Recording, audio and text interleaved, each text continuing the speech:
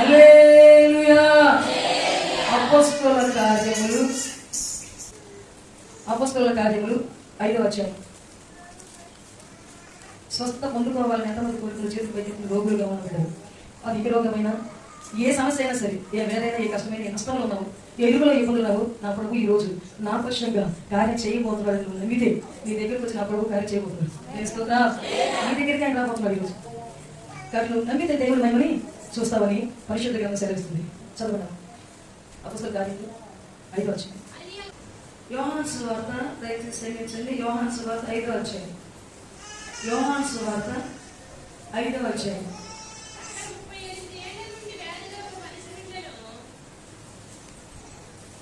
మొదటి చదువు. అటు తర్వాత యూదుల పండుగ ఒకటి వచ్చేది కనుక యేసు యెరూషలేమునకు వెళ్ళెను. యెరూషలేములో గొర్రెల ద్వారం దగ్గర హెబ్రీ భాషలో బెతస్దా అనబడిన ఒక కోనేరు కలదు. దానికి 5 మంటపములు కలవు. ఆయా సమయములో దేవదూత కోనేరులోకి దిగి నీళ్లు కదిలించట కలదు. నీరు కదిలింపబడిన పిమ్మట మొదట ఎవడు దిగిన వాడు ఎట్టి వ్యాధి గలవాడేను బాగుపడును. చెప్పండి కూడా ప్రభు కనుక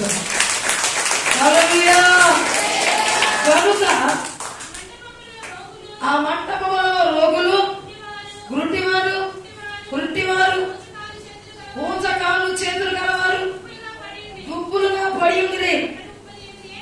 అక్కడ 38 ఏళ్ల నుండి వ్యాధి గల ఒక మనుషుడు నేను. యేసు వాడి పడి ఉండట చూసి వాడు అప్పటికి బహుకాలం నుండి ఆ స్థితిలో ఉన్నాడని ఎరిగి స్వస్థపడవచ్చున్నావా అని వారిని అడుగగా ఆ రోగి, అయ్యా, నీళ్లు కదిలింపబడినప్పుడు నన్ను కోనేరులోకి దించడం నాకు ఎవడనూ లేడు కనుక నేను వచ్చినంతలో మరి ఒకడు నాకంటే ముందుగా దిగునని ఆయన ఉత్తరం ఇచ్చాను. యేసు, నీవు లేచి నీ పరుపెత్తుకొని నడుమని వారితో చెప్పగా వాడు వెంటనే వాడు స్వస్థత ఉంది, తన పరుపునెత్తుకొని నడిచాను. దేవుని స్తోత్రం. హల్లెలూయా, హల్లెలూయా. కుర్చీ ఉందా? ఇదిగో. హల్లెలూయా, హల్లెలూయా. అబ్బా, ఈ రోజు నా దేవుడు నిన్ను ప్రేమించి, నిన్ను కనికరించి, నీ మీద జాలి చూపి, దయా దాక్షిణ్యాలు చూపి నీ దగ్గరికి వచ్చి నిన్ను బాగు చేయాలని ఆశపడుతున్నాడు. దేవుని స్తోత్రం. హల్లెలూయా. బాగుపడాలని ఆశ ఉంది, స్వస్థత కావాలని ఆశ ఉంటే, మేలు జరగాలని కోరిక ఉంటే, నీ అవసరం తీర్చబడాలని ఆశ ఉంటే దేవుని మాటలు పెడచెవున పెట్టకు. ఇక ఏ అనాలోచన కూడా నీ హృదయంలోకి రాకుండా యేసయ్య వైపే చూస్తే స్మార్ట్ లోనే దేవుడి కార్యం జరిగింది. దేవుని స్తోత్రం. చెప్పండి బట్టి ప్రభువుని కనపరచు,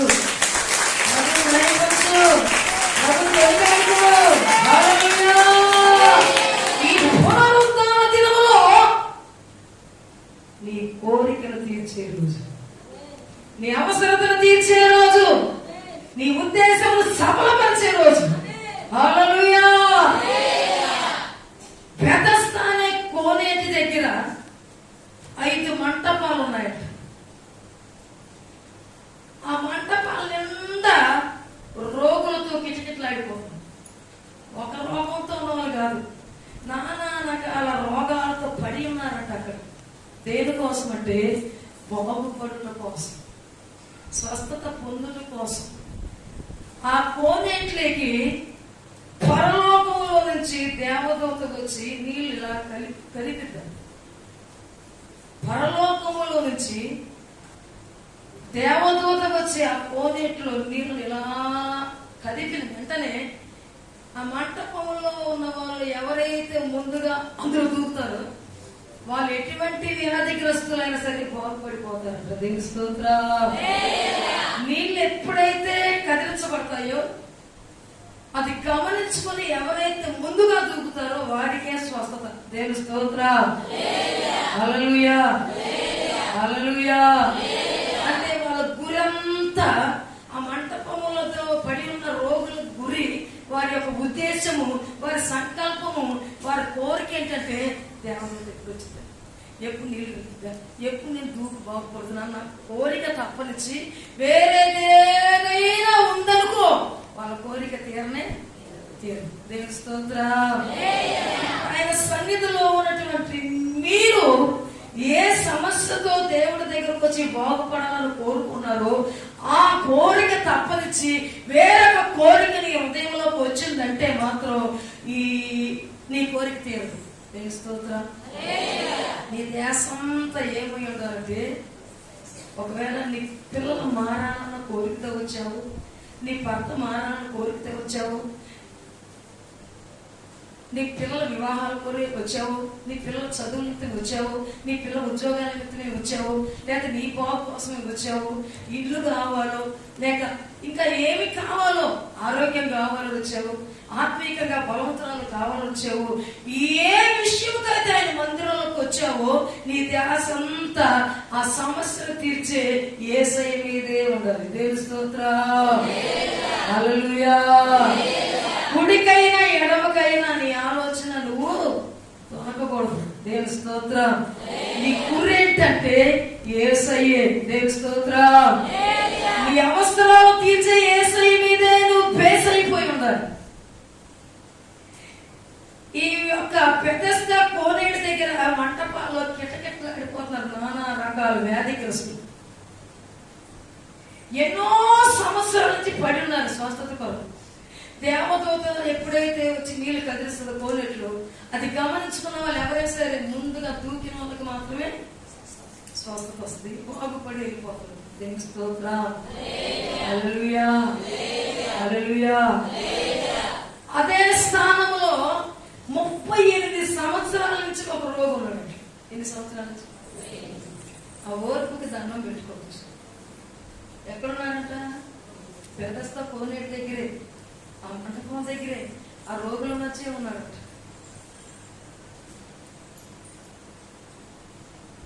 ఆయన వెనుకలది ఏంటంటే ఆయన పడుకోవటానికి ఒక పరుపు తప్పనిచ్చి మరి ఏమి లేదు, ఎవరు లేరు, ఆదరించేవాళ్ళు, సహాయం చేసేవారు. నడవలేని స్థితి, కనీసం తోకుంటూ కూడా వెళ్ళే స్థితి లేనే లేదు. ఆ ఇంట్లో ఏం చేస్తారంటే వీడు బాగుపడితే బాగుపడ్డాడు, సరితే సరిచాడని చెప్పేసి ఆ కోనేటి దగ్గర మంటపం దగ్గర పట్టేసి పోయాడు, చేతులు దులుపుకొని వెళ్ళిపోయాడు. అక్కడికి వచ్చిన ప్రతి ఒక్కరు ఏంటంటే నేను బాగుపడాలని అనుకొని వచ్చిన వాళ్ళు ఈయన బాగా చూస్తారు, చూస్తారండి, చూడరు కదా. అందరూ రోగులే. ఎవరికి వాళ్ళు నేను బాగుపడాలి, నేను వెళ్ళి ముందుకెళ్ళి ఆ కోనేట్లో నీళ్ళు గర్తించగానే నేను దూకాలన్న ఆశతో ఉన్నారు.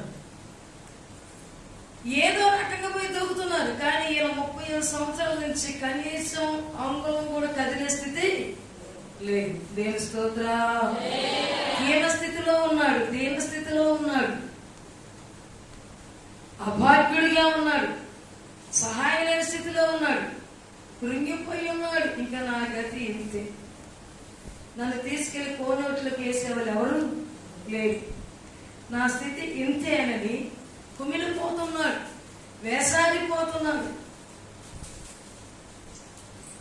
దుఃఖంతో ఉన్నాడు, వేదనతో ఉన్నాడు. అనేకులు కోనేట్లోకి దూకి దేవదూత నీళ్ళు కదిలించమంటే కోనేట్లో దూకి బాగుపడిపోతా ఉంటే ఈ కళ్ళతో చూస్తూ ఎంతో వేదన చెందుతున్నాడు. నన్ను ఎత్తికి అందులో వేసేవాళ్ళు ఎవరు లేరు. నేను వెళ్ళే లోపుగానే, నేను వెళ్దామనుకున్న లోపుగానే, అంటే ఆయన హృదయం మాత్రం సిద్ధంగా ఉంది వెళ్ళటానికి, కానీ శరీరం మాత్రం సహకరించక నేను వెళ్దామనుకున్న లోపుగానే అనేకులు నాకంటే ముందుగా వెళ్ళి బాగుపడిపోతున్నారు. నేను బాగుపడలేనా? నా జీవితం ఇంతేనా? నా బ్రతికి ఇంతేనా? నేను ఈ రోగంతో చచ్చిపోవట్లేనా?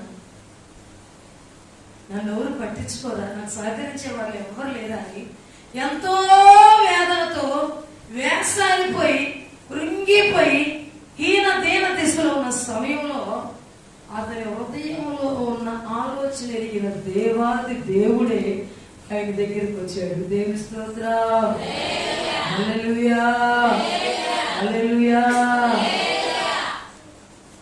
నీ హృదయంలో నా హృదయం ఎరిగిన దేవుడు మన హృదయ తలంపును బట్టి మనకు సహాయము కలుగుతుంది. దేవుని స్తోత్రం.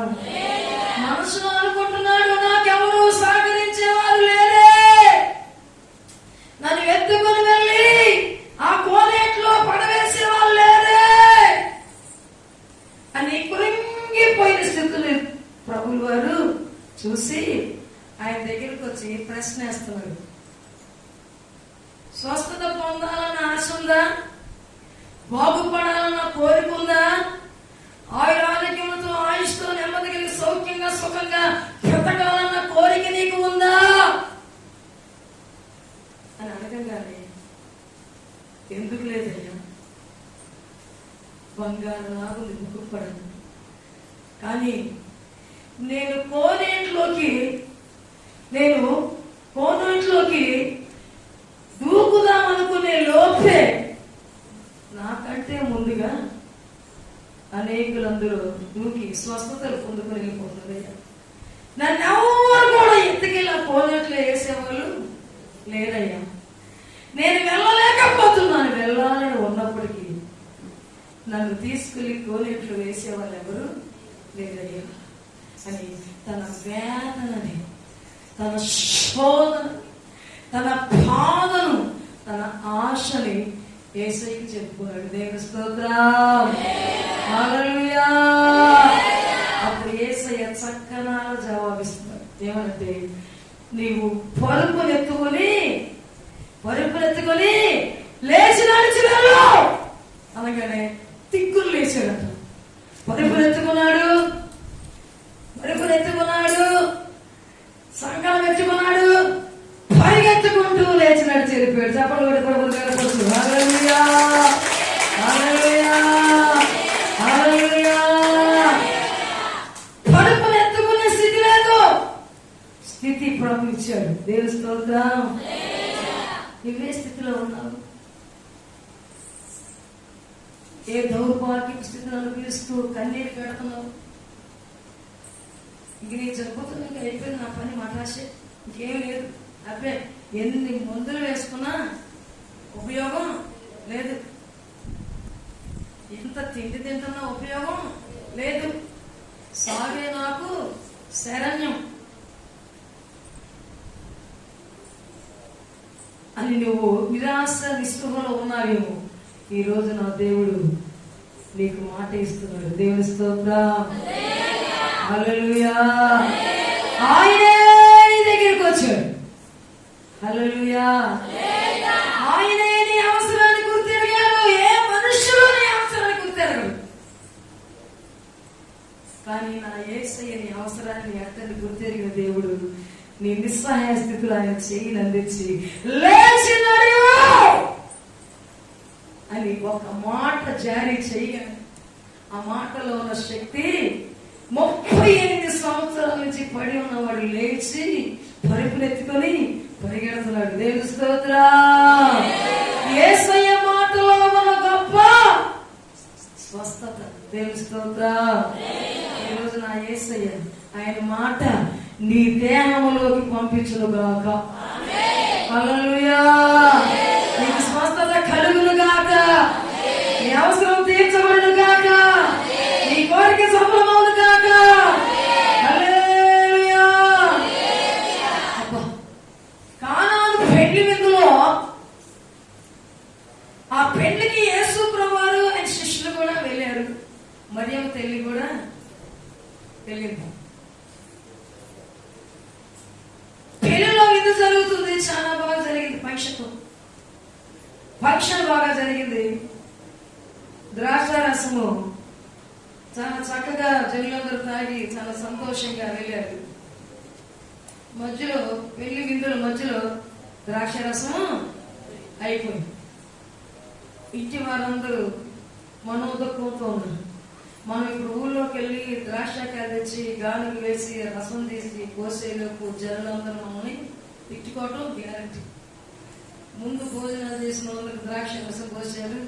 ఇప్పుడు మా బిందు కాడికి వచ్చేసరికి ద్రాక్ష రసం ఎందుకంటున్నారు, తయారవ్వ అంటున్నారు అని పరువు తీసి పెడతారు. తెలుగులో మన పరువు పోతే ఈ అవమానాన్ని మనం తట్టుకోలేము. ఏం చేయాలని చాలా దుఃఖంతో ఉంటారు పెళ్లింటి వారు.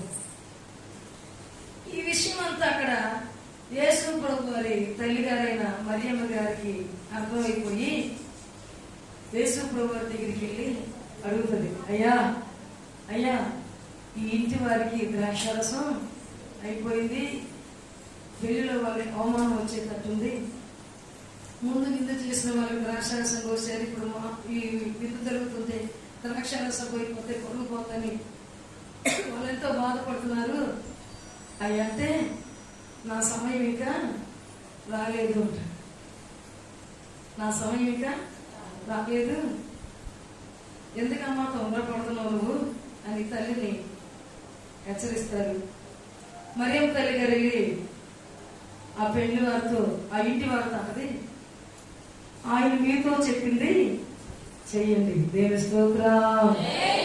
యేసు ప్రభు వారి దగ్గరికి వెళ్ళండి, మీ సమస్యను చెప్పుకోండి, మీ అవసరం ఏమైందో, మీ కుటుంబంలో ఏ సమస్యతో బాధపడుతున్నారో, ఏ అవసరంతో ఉన్నారో, ఏ అవమానాన్ని పొందబోతున్నారో, ఆ అవమానం రాకుండా ఉండాలంటే, ఆ నిన్న తొలగిపోవాలంటే మీ అవసరాలు తీర్చే యేసయ్య దగ్గరికి వెళ్ళి మీ సమస్యను చెప్పుకోండి అన్నప్పుడు ఆ పెళ్లి వారు ఏం చేస్తారంటే ఆ గృహ యజమానులు యేసు ప్రభు వారి దగ్గరికి వెళ్ళి వాళ్ళకున్న సమస్య చెప్పుకుంటారు.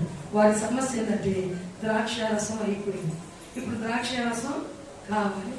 ఇంత అర్జెంట్ కావాలంటే వాళ్ళ వల్ల అయితే కుదరదు కాబట్టి అద్భుతాలు చేసే దేవుడని గుర్తెరిగి, ఆశ్చర్యకార్యాలు చేసే దేవుడు అని గుర్తెరిగి, మంచి కార్యాలు చేసే దేవుడు గుర్తెరిగి, సూచక్రియలు చేసే దేవుడు యేసయ్యను గుర్తెరిగి, మరియమ్మ తల్లి చెప్పిన మాటను బట్టి ఆ ఇంటి వారు యేసు ప్రభు వారి దగ్గరికి వచ్చి వారి ఇంటిలో ఉన్న సమస్యని చెప్పుకుంటారు. అయ్యా మా సమస్య ఇదయ్యా, ద్రాక్షారసం అయిపోయిందయ్యా, ఇప్పుడు ఊర్లోకి వెళ్ళి తెచ్చి నువ్వు జనందరూ మమ్మల్ని తెచ్చుకుంటారయ్యా, నువ్వే నా కుటుంబంలో మా జీవితంలో ఈ విషయంలో అద్భుతం చేసయ్యా, మాకు అవమానం రాకుండా ఘనతను తెప్పించయ్యా అని యేసు ప్రభుని వేడుకుంటారు. దేవుని స్తోత్రం.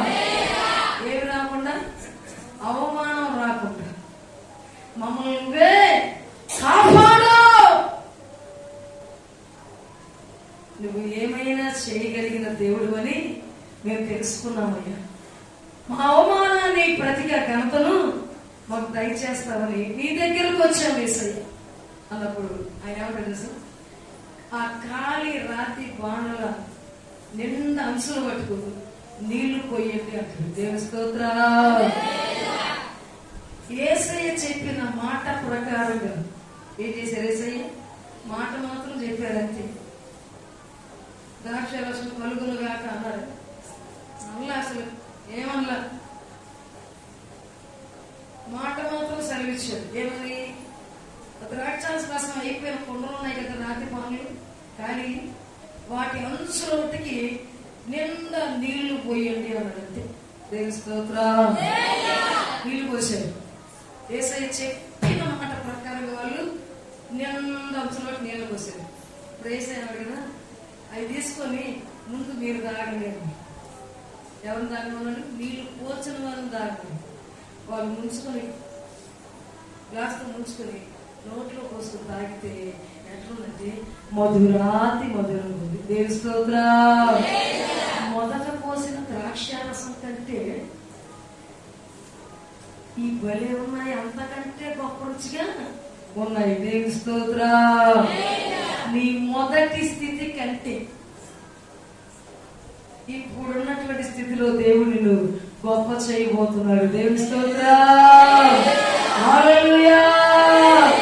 మొదట నీ స్థితి కొద్దిగా ఉందేమో, ఇప్పుడు ఆ స్థితిని ప్రభువు వారు గొప్ప చేయబోతున్నాడు. మాట మాత్రం సెలవిచ్చాడు యేసయ్య. ఆయన మాట ఎప్పుడైతే జారీ చేశాడో ఎమ్మటిని నీళ్ళు ఏమైపోయి నీ జీవితంలో కూడా దేవుడు మధురమైన గడియలు ఈ రోజు రప్పించును గాక. హల్లెలూయా, హల్లెలూయా, హల్లెలూయా. నా ప్రభు ఈ రోజు నీతో అంటున్నాడు, నీవు నమ్మితే నా మహిమను చూస్తాను. దేవుని స్తోత్రం. హల్లెలూయా, హల్లెలూయా. 38 సంవత్సరాల నుంచి పడున్నాడు మందిరం దగ్గర. విసుగుతాడు ఆయనకి. స్వస్థత వచ్చేదాకా ఆడే పడున్నాడు. మనము అసలు నా గురించి అమ్మగారు దగ్గర ప్రయాణం చేస్తున్నారు, అది సగం ప్రయాణం చేస్తారు. నేనేం చెప్తున్నాను, నా గతి ఏం చెప్తుంది, నా స్థితి ఏం చెప్తుంది, నాకేంటి ఇప్పుడు, నాకేంటి రోగం, నాకేంటి చింత, నాకేంటి చీకు, నా పిల్లలు నిబదరిద్రం ఉన్నారు, నా భర్త దీరాకంగా ఉన్నాడు, నా భార్య నిబదరిద్రం ఉంది, నా కుటుంబం ఎంత హీన స్థితిలో ఎంత దీన స్థితిలో ఉంది అని ప్రశ్న వేసుకుంటున్నావే కానీ ప్రశ్నకు జవాబు యేసయ్య అన్న సంగతి గ్రహించుకునే స్థితిలో ఉన్నావు. హల్లెలూయా, హల్లెలూయా. అందుకని నా యేసయ్య నీ దగ్గరకు వచ్చేసాడు. జవాబు నేనై ఉన్నానని. తెలుస్తుందిరా. హల్లెలూయా. 30 సంవత్సరాల రోగిని తన స్థితిని అడిగి తెలుసుకుని బాగు చేసిన దేవుడు, ద్రాక్షారసం అయిపోతే సమస్య వచ్చి చెప్పుకుంటే తెలుసుకుని ద్రాక్షారసాన్ని చేసిన దేవుడు, నీ జీవితంలో నీవు సమస్యను చెప్పుకుంటే నా దేవుడు నీ సమస్యను తీర్చడా? తీర్చే దేవుడు. దేవుని స్తోత్రం. ఆ పొలిమేర శక్తిని ఒక తొన్నుతుంది. అక్కడ పొలిమేర శక్తి ఉంది. వెనక ఒక పొలిమేర శక్తి ఉంటే చాలు మొత్తాన్ని పోతాను. దేవుని స్తోత్రం. సిగ్గులేదు సరే. ఒక ఆన్లైట్ ఉండదు బతుకి. ఒక బుధవారం ప్రార్థన ఉండదు, శనివారం ప్రార్థన ఉండదు. ఎందుకు వస్తుందో ఏమో నిద్ర ఎట్లా వస్తుంది ఈ మొహానికి? దేవుని స్తోత్రం. హల్లెలూయా. జీవితంలో అద్భుతాలు వద్దు, ఆశ్చర్యకాలు వద్దు, మాంచకాలు వద్దు, సూచికలు వద్దు, మధురంగా మాంసపడాల కోరిక ఉన్నవాళ్ళకి నిద్ర నాకు ఏమొచ్చింది? అవునా కదా? నా కుటుంబంలో, నా జీవితం, నా శరీరంలో, నా పిల్లల జీవితాల్లో ఆశీర్వాదాలు కావాలని కోరుకుతున్న వారికి నిద్ర రాదు, ఆశ వస్తుంది. దేవుని స్తోత్రం. హల్లెలూయా. లాజరు చనిపోయాడు. మార్తా మరియల సహోదరుడు రోగిగా ఉండినప్పుడు యేసు ప్రభు వారు కబురు చేసినప్పుడు మరొక ఊరిలో ఉండి యేసు ప్రభు రాలేదు. లాజరు రోగిగా ఉంది. లాజరు చనిపోయాడన్న వార్త తెలిసి ఆ ఊరు నుంచి యేసు ప్రభు వారు తన శిష్యులు లాజరు దగ్గరికి వచ్చారు. అప్పుడు లాజరు ఏమయ్యాడు? పాతి పెట్టబడ్డాడు, సమాధి చేయబడ్డాడు. యేసు ప్రభు వారు 4వ రోజున వస్తే కుటుంబీకులు మార్తా మరియా అంటారు కదా, ఇరుగు పొరుగు అందరూ ఏం చేస్తున్నారు? ఏడుస్తున్నారు. అవునా? చనిపోయి పాతి పెట్టినాక ఒకవేళ వీళ్ళు కుదరక రాని వాళ్ళు లేటుగా వచ్చారనుకో, ఎవరు చూసి ఏడుస్తారు? ఆ ఇంటి వాళ్ళు వచ్చిన వాళ్ళు కొట్టుకొని ఏడుస్తూ ఉంటారు. అవునా కదా? వాళ్ళు చూడగానే చనిపోయిన ఆయన జ్ఞాపకాలు తెచ్చుకొని మీతో ఎంత చక్కగా మాట్లాడేవాళ్ళు, మీరిద్దరు కలిసి ఎంత చక్కగా తిరిగేవాళ్ళు అని ఇవన్నీ జ్ఞాపకాలు గుర్తు తెచ్చుకొని ఆ వచ్చిన వారిని బట్టి చనిపోయిన వారిని జ్ఞాపకం చేసుకుని దుఃఖ సాగరంలో మునిగిపోతారు. అలాగే లాజరు చనిపోయినటువంటి 4వ రోజున యేసు ప్రభు వారి శిష్యులు వస్తే మార్తా మరియలు ఏం చేస్తారంటే యేసు ప్రభు వారి పాదాల మీద పడి ఏడుస్తున్నారు. హల్లెలూయా. ఏమని ఏడుస్తున్నారు? అయ్యా, నువ్వు కనుక ఇక్కడ ఉండుంటే మా సహోదరుడు చనిపోయేవాడు కాదయ్యా, నువ్వు లేకపోవడం వల్లే మా సహోదరుడు చనిపోయాడయ్యా, నువ్వు ఉండుంటే కనుక మా సహోదరుడు చనిపోయేవాడు కాదయ్యా, నీ కబురు చేసినప్పటి నువ్వు రాలేదేసయ్యా ఏడుస్తుంటే వేసినాడు. నా యందు విశ్వాసం ఉంచితే చనిపోయిన వాడు కూడా మరలా బ్రతుకుతాడమ్మా. దేవుని స్తోత్రం. హల్లెలూయా. నా యందు విశ్వాసం ఉంచితే ఇరిగిపోయే ఎముకలను కూడా సెట్ చేసే దేవుడు నేనే అంటాడు. దేవుని స్తోత్రం. హల్లెలూయా. చెదిరిపోయిన కుటుంబాన్ని బాగు చేసేవాడు నేనే, పాడిపోయిన ఇంటిని కట్టేవాడు నేనే. అలసిపోయిన నీ హృదయానికి శాంతిని సమాధానాన్ని ఇచ్చేవాడు నేనే. నీవు నమ్మితే మాత్రం నా మహిమను చూస్తా. ఆ సమాధికి అడ్డంగా పెట్టిన రాతిని తీసివేయండి అన్నప్పుడు అమ్మయ్యా రాయి తీస్తే వాసన వచ్చేస్తుందయ్యా, కుళ్ళిపోయి ఉంటాడు మా తమ్ముడు, ఇప్పటికే 4 రోజులే చనిపోయి. తీయద్దయ్యా, మనం బనాయించలేమయ్యా. నీవు నమ్మితే నా మహిమ కార్యాన్ని చూస్తావు. నా యందు విశ్వాసం ఉంచిన వాడు చనిపోయినా మరలా బ్రతుకుతాడు. దేవుని స్తోత్రం. ఆ సమాధికి అడ్డంగా పెట్టిన రాయిని తీసివేయండి అన్నప్పుడు ఆయన మాట ప్రకారంగా నమ్మి రాయిని తీసేస్తాడు. పేద వస్త్రంతో చుట్టబడి సమాధి చేయబడి ఉంటాడు లాజరు. ప్రభుల వారు ఆకాశం కలిగి తలెత్తి 2 చేతులు పైకెత్తి, తండ్రి నీ చిత్తం లేకుండా ఏది నువ్వు చెయ్యవయ్యా. నేను ప్రతిదానికి నీ దగ్గర సలహా తీసుకుని నీకు స్తుతులు చెల్లించే నీ పని నేను చేస్తున్నాను తండ్రి. ఆయన చనిపోయిన లాజర్ని ఇదిగో చూస్తున్న ప్రజల నిమిత్తమై నువ్వు బ్రతికించయ్యా అని చెప్పి తండ్రికి ప్రార్థన చేసి యేసు ప్రభువారు లాజరు సమాధిలో నుంచి బయటికి రా అంటాడు. దేవుని స్తోత్రం. ప్రభు కనపరచు. హల్లెలూయా. లాజరు సమాధిలో నుంచి బయటికి రానప్పుడు యేసు ప్రభువారి వాక్కు ద్వారా ఆయన శక్తి విడుదలయ్యి సమాధి చేయబడిన లాజరులోకి ఆయన శక్తి పోయి సమాధిని బ్రతికించింది. దేవుని స్తోత్రం. లాజరు బ్రతికి లేచి బయటికి వచ్చాడు. దేవుని స్తోత్రం. ఈరోజు సావుకు దగ్గర అయ్యావేమో, భయపడిపోతున్నావేమో, ఏ క్షణానికి ఏం జరిగిపోతుందో, ఎప్పుడు రాలిపోతాను, ఎప్పుడు కూలిపోతాను అని భయముతో ఆనందంతో కుంగిపోయి ఉన్నావేమో. చచ్చిపోయిన లాజరు లేదు దేవుడు బతికిన నేను బాగు చేయడా చేస్తాడు కదా, చేశాడు కదా. దేవుని స్తోత్రం. తన వాక్కును పంపించి లాజరుని బ్రతికించాడు. ఈ రోజు నా దేవుడు మృతమైపోవడానికి సిద్ధంగా ఉన్న నీ దేహాన్ని, నీ కుటుంబాన్ని కట్టబోతున్నాడు. దేవుని స్తోత్రం. ఆయన బ్రతికించి ఆయన నామానికి మహిమాంతకరంగా నిన్ను వాడుకోబోతున్నాడు. దేవుని స్తోత్రం. మనమందరం లేచి నిలబడి వినిన వాక్యాన్ని బట్టి ప్రభుని గణపరుచుకుందాం. హల్లెలూయా, హల్లెలూయా, హల్లెలూయా.